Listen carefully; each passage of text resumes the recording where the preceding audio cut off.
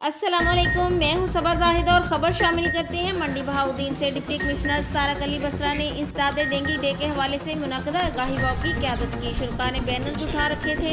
Deputy commissioner Tarak Ali Basra ने इंसदाद dengue के हवाले से मुनक़दा वॉक की क़यादत करते हुए कहा कि डेंगू एक खतरनाक लेकिन 100% काबिल इलाज मर्ज है। हुकूमत की मुसलसल कोशिशों और महकमा सेहत की इक़दाम की बदौलत सूबा पंजाब बड़ी हद तक इस फौरी मर्ज से निजात पा चुका है, तमाम अभी भी इसके फैलाव के इम्कान को नहीं रोका जा सकता। उन्होंने कहा कि इंसदाद डेंगू मच्छर का खात्मा मुमकिन नहीं, बिलखसूस अपने इर्द गिर्द के माहौल, गली मोहल्लों, घरों, दफ्तरों, छतों, बागीचों, पार्कों और पब्लिक मकामात को साफ और खुश्क रखने के लिए अमली और मौसर किरदार अदा करें। उन्होंने कहा कि हम सब की मुश्तरका जिम्मेदारी है कि हुकूमत पंजाब की जारी करदा SOPs पर सख्ती से अमल दरामद करें।